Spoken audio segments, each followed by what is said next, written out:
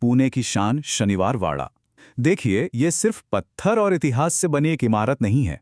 बिल्कुल नहीं। इसकी दीवारों में ना मराठा साम्राज्य का गौरव गूंजता है।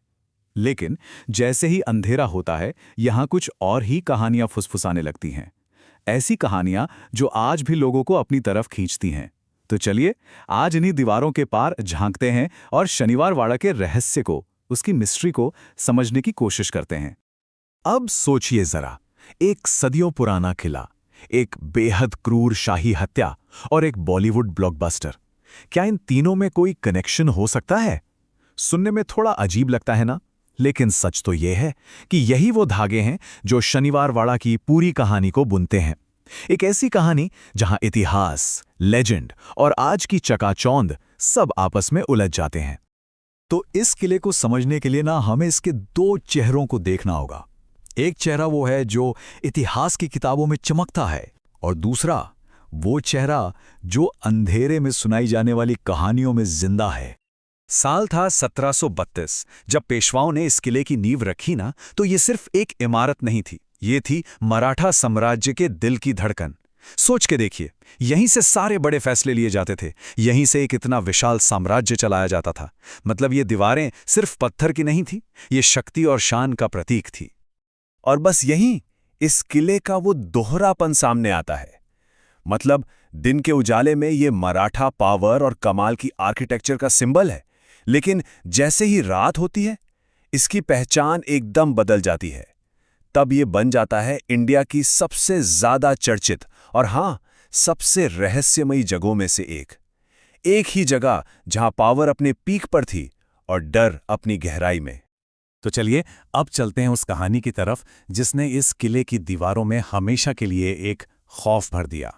ये कहानी है एक राजकुमार की आखिरी दर्दनाक चीख की।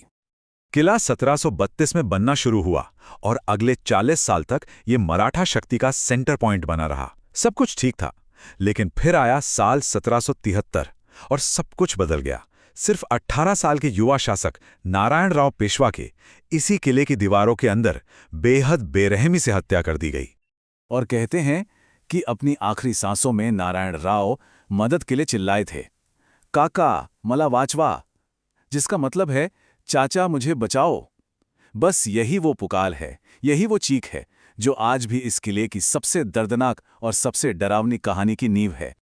वहां के लोकल लोगों और कई विजिटर्स का तो ये तक मानना है कि नारायण राव की वही चीख आज भी पूर्णिमा की रातों में किले में गूंजती है।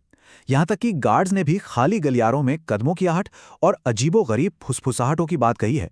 सोचिए, एक तरफ ये सब और दूसरी तरफ किले की जली हुई दीवारें हैं और वो टूटा फूटा ढांचा, ये सब मिलकर उस खौफनाक माहौल को और भी गहरा कर देता है।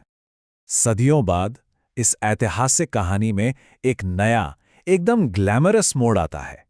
ये मोड़ तब आता है जब बॉलीवुड की नज़र इस किले के रहस्यमयी ऑरा पर पड़ती है। और ये हुआ संजय लीला भंसाली की शानदार फिल्म बाजीराव मस्तानी के जरिए। इस फिल्म ने शनिवार वाड़ा के इतिहास को एक पूरी नई जेनरेशन से मिलवा दिया। हाँ, माना कि फिल्म की ज्यादातर शूटिंग सेट्स पर हुई थी, लेकिन उसकी रूह, उसकी आत्मा, वो तो इसी असली किले से जुड़ी हुई थी। पेशवा बाजीराव का किरदार निभाने वाले रणवीर सिंह, वो अपने रोल में जान डालने के लिए आखिरकार असली किले में पहुंचे। उनका मकसद सिर्फ एक्टिंग करना नहीं था, वो उस जगह की एनर्जी, उसके इतिहास को खुद फील करना चाहते थे। रणवीर ने बाद में बताया भी कि उन्हें किले में एक बहुत ही पावरफुल और भारी माहौल महसूस हुआ। ऐसा लगा जैसे दीवारें ऐतिहासिक यादों से लबालब भरी हों।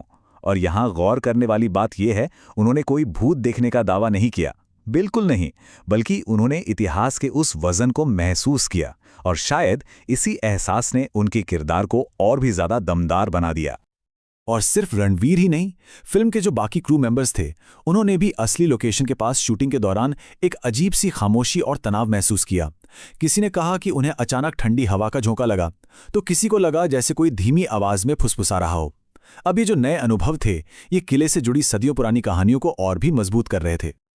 तो आखिर इन सब का मतलब क्या निकलता है? क्या होता है जब इतिहास की परछाइयां इस तरह से हमारा पीछा नहीं छोड़ती? देखिए, शनिवार वाड़ा सिर्फ एक किला नहीं है, ये एक संगम है। एक ऐसी जगह जहां एक दर्दनाक अतीत, रहस्यमयी लेजेंड्स और आज के दौर के अनुभव, ये सब आके मिल जाते हैं और एक ऐसी कहानी बनाते हैं जिसे भुलाया नहीं जा सकता। ये कहानी किसी एक चीज की नहीं है, बल्कि इन सबके मिलने की है। और शायद यही वजह है कि शनिवार वाड़ा आज भी हर तरह के लोगों को अपनी तरफ खींचता है। इतिहासकारों से लेकर पैरानॉर्मल में इंटरेस्ट रखने वालों तक हर कोई यहाँ कुछ न कुछ ढूंढने आता है। कोई इतिहास के पन्ने पलटने आता है तो कोई रोंगटे खड़े कर देने वाला अनुभव लेने। तो आखिर में सवाल फिर वहीं आकर खड़ा हो जाता है, शनिवार वाड़ा में जो महसूस होता है वो आखिर है क्या? क्या वो सचमुच एक राजकुमार की भटकती आत्मा की पुकार है, या फिर ये सिर्फ उस जगह के भारी इतिहास का वजन है जो आज भी वहां की हवा में महसूस होता है? इसका जवाब शायद हर किसी को अपने लिए खुद ही ढूंढना होगा।